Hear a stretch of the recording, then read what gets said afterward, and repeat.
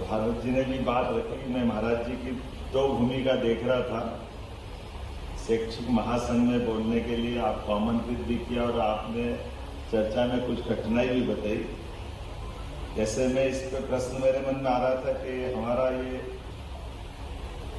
गुरु पूर्णिमा से एक प्रश्न उलझता है हमेशा, इसका रास्ता हमने निकाला था इस बार सरकार के नाते से कि गुरु पूर्णिमा पे शिक्षकों का सम्मान करना चाहिए कि नहीं करना चाहिए। गुरु और शिक्षक में जो अंतर है ये बड़ा चुनौतीपूर्ण मुद्दा है जिसको उठा करके मैंने गलती कर दी है, लेकिन मैं महाराज में वो उसका उत्तर ढूंढ रहा था।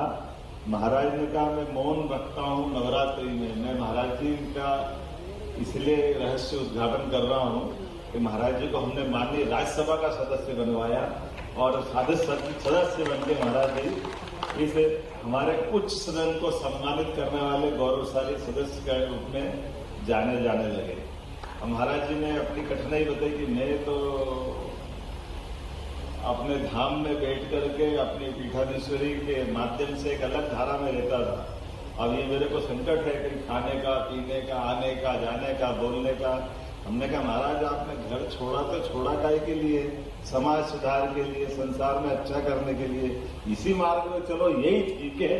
मुझे लगता है कि नवरात्रि में आज आपका ये जो हमारे बीच में अपने बीच दो शब्द बोलना है ये उसी मार्ग पे चलने का और आपके माध्यम से हमको आशीर्वाद पाने का, ये सच्चे अर्थों में हम अपने इस शैक्षिक महासंघ के माध्यम से जो आप स्थापित करो। जब जब इस देश में प्रश्न खड़े हुए, कुछ प्रश्नों की तरफ हम देखेंगे तो ध्यान में आएगा। जैसे रामायण की बात है, कभी कल्पना करें कि गुरु वशिष्ठ अगर दशरथ जी के घर नहीं जाते और राम लक्ष्मण को उठा करके जंगल में नहीं ले जाते तो क्या हम कल्पना कर सकते थे कि ये रामायण का ऐसा रूप होता? हो सकता है दशरथ जी अपने बाद राजगद्दी दे देते, लेकिन अगल बगल में अब ये भी एक बड़ा चुनौतीपूर्ण मामला है। पता नहीं उसका क्या अर्थ होता कि भगवान राम को, लक्ष्मण को ही वशिष्ठ जी ने क्यों मांगा? दशरथ तो बहुत समर्थ राजा था, सेना भी बड़ी भारी थी। तो ऐसे में वो सेना ले जाने के लिए जब बात उनका मेरी सेना ले जाओ, ने बोले महाराज ने मना कर दिया, वशिष्ठ जी ने बोले नहीं चाहिए। उन्होंने कहा हाँ विश्वामित्र जी, सॉरी माफ करना। तो विश्वामित्र ने कहा ये ले जाओ सेना, तो बोले नहीं ले जाना। बोले फिर अच्छा, बोले बाद में बोलिए बगल में आपके यहाँ।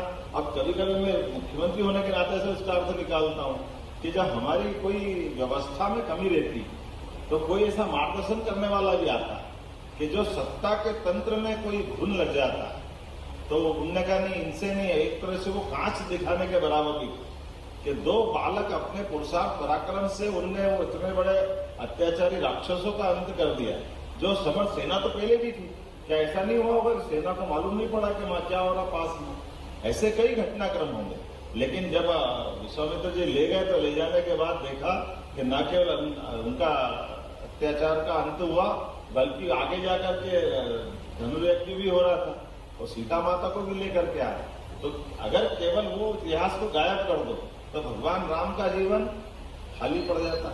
ऐसे में मान के चलता हूँ भगवान कृष्ण के बारे में बात करें तो भगवान कृष्ण के बारे में कंस को मारने के बाद शिक्षा की महत्ता क्या है? लेकिन इस पे बात तो बहुत होती सांदीपनी आश्रम में, लेकिन सांदीपनी जी के जीवन के पक्ष को बात करने में थोड़ा अभी इतिहास पे ध्यान देने की जरूरत है। जैसे सांदीपनी जी का मूल आश्रम तो बनारस में था, लेकिन कंस ने जैसे सत्ता के सूत्र संभाले तो सत्ता के सूत्र संभालने के बाद जैसा होता है कि आतताई या कोई गलत राजा बन जाता है तो वो इन सारी बातों को पहले नष्ट करता है। तो उनने सारे बनारस के आश्रम वगैरह पे तमाम प्रकार की कठिनाइयां खड़ी कर दी। अब सांदीपनी जी अपनी 6 माह के बच्चे को लेके, पत्नी को लेके तीर्थाटन करने के लिए निकल पड़े। तीर्थाटन करते करते ये बात तो सही थी कि सांदीपनी जी की ख्याति बहुत बड़े उच्च कोटि के आचार्य की थी। उनको 64 कला, 14 विद्या, सभी प्रकार के गुणों से वो संपन्न थे। जब ये घूमते घामते समुद्र के किनारे पहुंचते हैं तो ऐसा कहते हैं कि वो प्रभास पाटन का क्षेत्र जो द्वारका के नाम में जानते हैं, ये वहाँ उनको उस समय भी जैसे अभी आजादी के समय हमारे यहाँ देश के आसपास के समुद्र तटों पर कभी पुर्तगालियों का, कहीं किसी का, फ्रांसीसी का, किसी का कब्जा था। ऐसा कहते हैं कि सांदीपनी जी के आने की आहट सुन करके उस समय के विदेशी लोगों ने जो आतंकवादी के रूप में थे सांदीपनि जी को पकड़ लिया और उनको कहा कि आप हमारे बच्चों को आपके गुण दीजिए, इनको सिखाइए। और सांदीपनि जी ने कहा मैं अपने देश के साथ गद्दारी नहीं करूंगा, मैं केवल राष्ट्रभक्तों के लिए पढ़ाने के लिए मेरी शिक्षा है। मैं देश के ऐसे इस टाइप के लोगों जो मेरे देश के साथ गलत भाव रखते हैं उनको नहीं पढ़ा सकता। और ऐसा मानते कि सांदीपनि जी उस पूरे घटनाक्रम में जैसा आतंकवादियों का तरीका रहता है, उन्हें मारा, परेशान किया, तमाम दबाव दिए, लेकिन वो शिक्षा देने को तैयार नहीं हुए। तो 6 महीने के बच्चे को छीन लिया आतंकवादियों ने कहा आप हमारे बच्चों को नहीं सिखा सकते, लेकिन हम जो जानते हैं आपके बच्चों को सिखा दें। सांदीपनि जी ने जो कुछ है सब भूल करके उज्जैन आए, 11 साल तक आश्रम चलाकर। ये हमारी शिक्षा व्यवस्था को भी गौरवान्वित करने वाला और शिक्षकों का भी ये सम्मान करने वाला दृश्य है, जिसका इतिहास के साथ थोड़ा न्याय होना चाहिए। वो 11 साल तक पढ़ाते तब जब कृष्ण भगवान कंस को मारने के बाद 11 साल की उम्र में उज्जैन में आए और उज्जैन में आकर के जब शिक्षा ग्रहण करने के लिए वो यहाँ लगे, तब जैसे माननीय महाराज ने बताया कि ऐसा जैसे कंस को मारने की बड़ी घटना, लेकिन बड़ी घटना के बाद सबको मालूम है कि कंस के दामाद तो जरासंध के थे और जरासंध बहुत बड़ा राजा था। जब उसकी दामाद की हत्या हो जाती तो अपनी बेटी विधवा हो गई, सुनकर के उन्होंने अपनी सेना को कूच करने का आदेश दिया, मथुरा जाओ, तुरंत नेस्तनाबूद करो, कौन दुश्मन पैदा हो गया। और ऐसे में कृष्ण भगवान को वो छोड़ के उज्जैन पढ़ने आ गए। मथुरा तुरंत उनको जाना था, लेकिन इधर भगवान ने अपनी शिक्षा अध्ययन के दरमियान ये जो एहसास हुआ उनको कि जब उनको वापस जाना था, इसी बीच उनकी शिक्षा तो बहुत तीक्ष्ण बुद्धि थे। आचार्य सांदीपनि जी, उनकी गुरुमाता, सबने ऐसा महसूस कर लिया कि ये बलराम कृष्ण सामान्य विद्यार्थी नहीं है, असामान्य। इसलिए कम समय में सारी शिक्षा दीक्षा पूरी हुई। तब उनने धीरे से गुरु माता की, फिर भी गुरु जी की तो भाव भी नहीं था।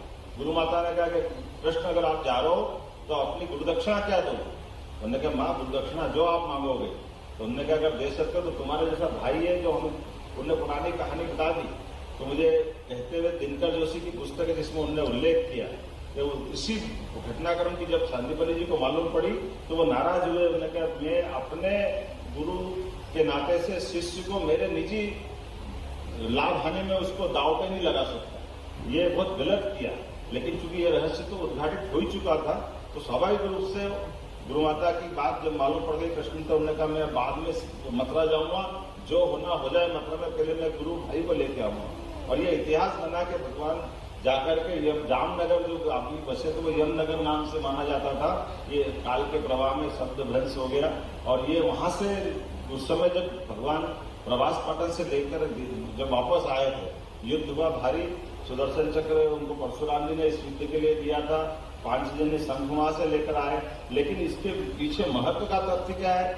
सांदीपनि जी का उज्जवल चरित्र। एक कोई व्यक्ति अपने एक बच्चे को छोड़ करके केवल इस बात के लिए कि मैं अपने देश के साथ गद्दारी नहीं कर सकता। सच्चे अर्थों में हमारी ये गुरुकुल परंपरा ये वहां से आगे बढ़कर के चाणक्य से चंद्रगुप्त तक और विक्रमादित्य तक हर काल, हर समय, हर जगह इसी प्रकार से शिक्षकों की भूमिका। इसी कारण से तो देश को हमारे यहाँ हमने कहा कि हम विश्व गुरु बनना चाहते हैं। अर्थात ये जो शिक्षक परंपरा है उसको स्थापित करने का जो भाव है वाकई वो अद्भुत है। इसलिए आज के इस कार्यक्रम में आकर के मुझे अत्यंत आनंद भी है और मुझे इस बात का गर्व भी है कि हमारे देश के ऐसे गौरवशाली इतिहास जिसका इतना जीवंत है, ऐसे शिक्षकों ने अपना मंच बना करके इस प्रकार का कार्यक्रम किया। मैं मध्य प्रदेश सरकार की ओर से आपका वंदन करता हूँ, अभिनंदन करता हूँ, आपका स्वागत करता हूँ। बहुत बहुत धन्यवाद।